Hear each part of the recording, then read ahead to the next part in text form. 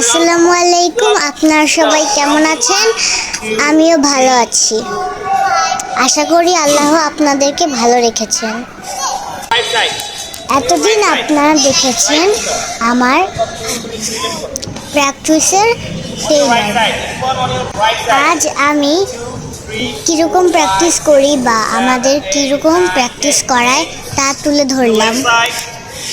আশা করি আপনাদের ভালো লাগবে। শুধু ভালো লাগলেই হবে না, আপনারা কিন্তু লাইক শেয়ার কমেন্ট করে আমার পাশে থাকবেন।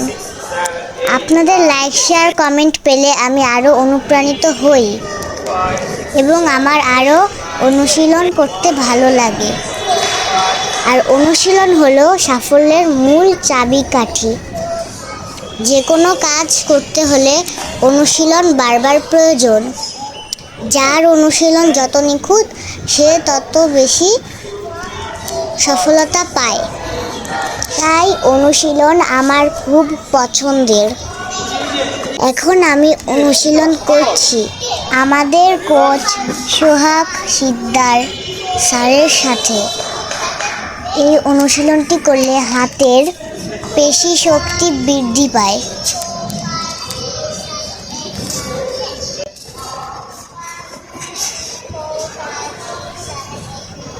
আমরা এই প্রতিটি অনুশীলন 10 বার করে করি, প্রতি 3 বার করে। ভিডিও বড় হয়ে যাবে বলে আমি এগুলোকে একবার করে দিয়েছি। আপনারা যাতে বিরক্ত বা বোরিং না হন তাই ছোট করে দিয়েছি। আমি এটাতে মিউজিক দিব না, কারণ কপিরাইট আসবে।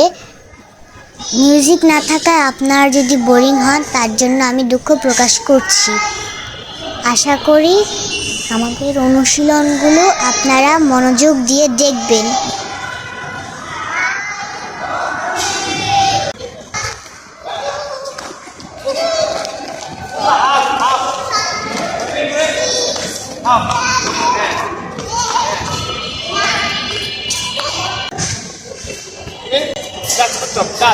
Start. Ready? 1, 2, 3.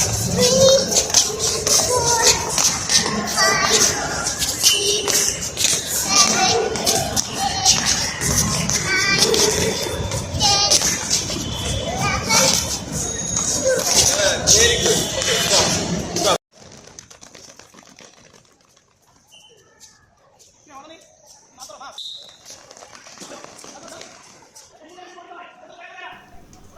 আমাদের কোচ আমাদেরকে সামান্য কিছু উপদেশ দেয় এই ব্যায়ামের ফাঁকে।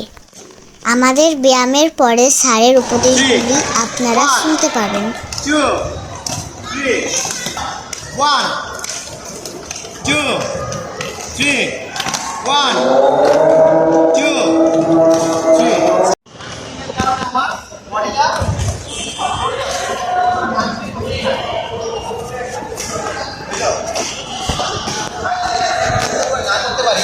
তাহলে আমার স্কেলিং প্রপারলি হবে না, বুঝতে পারছি? ডাউন হতে হবে, যখন ডাউন থাকা যায় হাঁটু ব্যান্ড করে চিন আপ, বডি এরকম থাকবে, বডি কিন্তু এরকম হবে না, এই থাকে 1, 2, 3, 4, 5, ওকে? আর সামনে যে থাকবে তার সাথে হাত পা মিলাতে হবে। দুষ্টামি করা যাবে, আমি যখন পারবো দেন আমি দুষ্টামি, বুঝতে পারছি? হ্যাঁ, দুষ্টামিতে করা যাবে, কিন্তু না, আমি যেটা বলেছিলাম, তুমি যদি অতিরিক্ত পরিমাণে হ্যান্ড সুইং করতে গিয়ে যে বডিটা ঘুরে ফেলো, তোমার তো ব্যালেন্স কমে যেতেছে। বুঝতে পারছো? ব্যালেন্স কমে যেতেছে। ব্যালেন্স বাড়ানোর জন্য ডাউন থাকতে হবে পারফেক্টলি, দেন হ্যান্ড সুইং করতে হবে, পা সুইং করতে চেষ্টা আপনি স্পিড বাড়বে। স্পিড বাড়া ঠিক আছে, তুমি একটা শেপে গিয়ে দাঁড়াতে পারলে স্পিড অনেক থাকে। অনেক সময় দেখো যে দাঁড়াইছি আমি, কিন্তু আমার স্পিড কখনো কমে না। অনেক সময় দেখি খেয়াল করো কমে, এটা কি ব্রেক আছে, এর মধ্যে ইঞ্জিন আছে, যখন কমবে না। সিস্টেম আছে, যখন তুমি সিস্টেমে দাঁড়ায় যাবা তখন তুমি স্ক্রিনে দেবো অটো চলতেছে, ঠিক আছে? ডাউন ডাউন হবে, সামনে যে থাকবে ওর সাথে হাত মিলাবা, 10 কাউন্ট করবো, দেন আর কাউন্ট করবো না, তুমি ওর সাথে হাত মিলাবা। আমি বলি ধরো তুমি পা দেখো, দেখো আমাকে দেখো, ধরো আমি পাটা বড় বড় স্টেপ দিচ্ছি না, আমি যদি 500টা স্টেপ দিয়ে থাকি, এই দেখবো কি স্টেপটা আমার ক্লিয়ার হয়ে, তারপরে আমার ঘুরতে হবে করতে হবে না, হ্যান্ডসাইন তৈরি করবো। এই যেমন ধরো হ্যান্ডসাইন করতেছি, ওর সাথে মিলতেছে না, এখন আমার টাইমিং সব কিছু মিলে গেছে, মিলে গেলে অটোমেটিকলি ওর সাথে মিলাতে পারবো। নিজের মতো করা যাবে না, টাইমিং মিলাতে হবে। কাউন্ট 1 2 3 4 5 6 7 8 9 10 11 body special 12 13 14 15 16 17 18 স্যার আপনি দিকে যান 19 8 20 21 22 23 24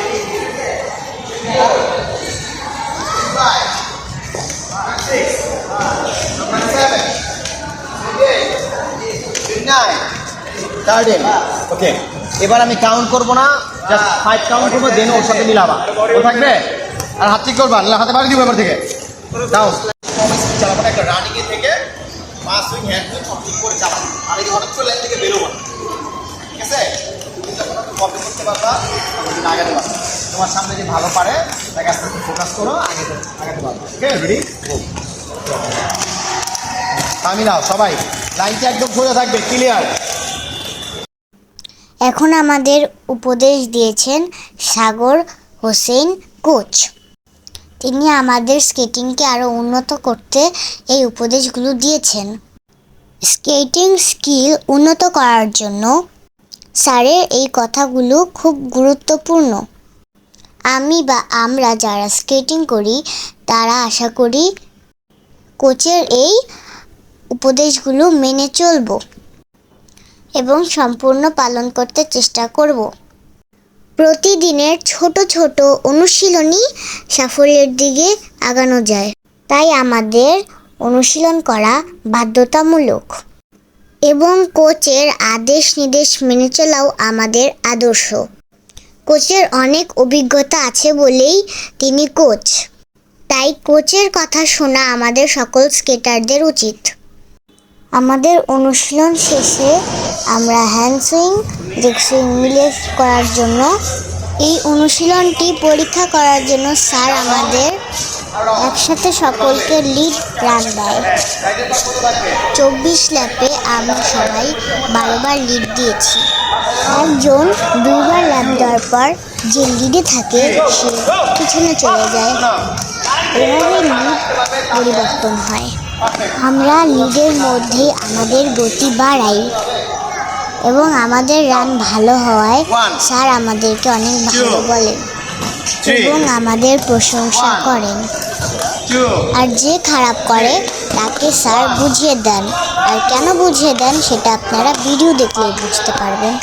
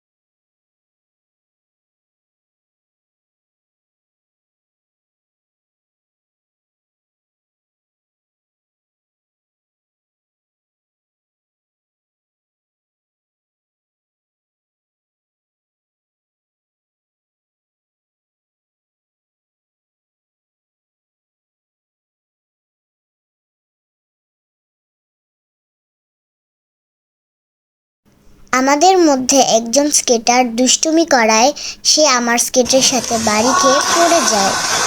এতে আমার কোনো দোষ ছিল না, তারপরও আমি তাকে সরি বলেছি।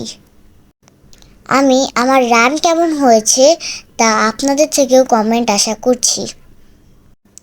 আশা করি আপনাদের মূল্যবান কমেন্ট আমাকে উপকৃত করবেন। আসুন শুনি স্যার কি বলে। ও ভালো পারে, ওকে খারাপ বলতে পারবো? তুমি যদি খারাপ করো তোমাকে ভালো বলতে পারবো? এটা বুঝতে হবে যে তোমাকে স্যার কেন পারবো বলতেছে, ঠিক করতে হবে। স্যার কোয়ালিটি বুঝতে হবে। বড় হইতেছো না? তুমি কদিন ধরে স্কেটিং করো? কয়টা মেডেল পেয়েছো? কয়টা মেডেল পেয়েছো? ফার্স্ট কয়টা? কেন? আমি কিন্তু ফার্স্ট ছাড়া কারোর সাথে কথা বলি, বুঝতে পারছি। আমি ফার্স্ট হওয়ার জন্য তোমাকে যথেষ্ট পরিমাণে টেক কেয়ার করবো, যতটুকু লাগে সব দিব, কিন্তু যদি ফার্স্ট না হতে পারো দিন কিন্তু আমি তোর সাথে কথা বলবো। আমার ডিকশনারিতে শুধুমাত্র ফার্স্ট ফার্স্ট ফার্স্ট। তোমার যত প্রেশার লাগে, যত কিছু লাগে আমি তোমার করবো। যদি আমার কাছে রাই খাও, যদি তোমাকে বাইরেও যদি খাওয়া ঠিক রাখতে হয়, তারপর আমি তোমার ফার্স্ট করে যাবো, ঠিক আছে?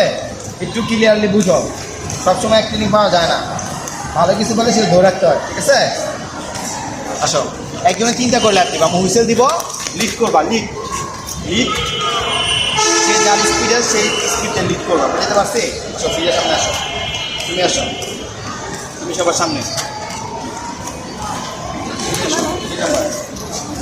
ঠিক আছে, তোমার সামনে ধরো।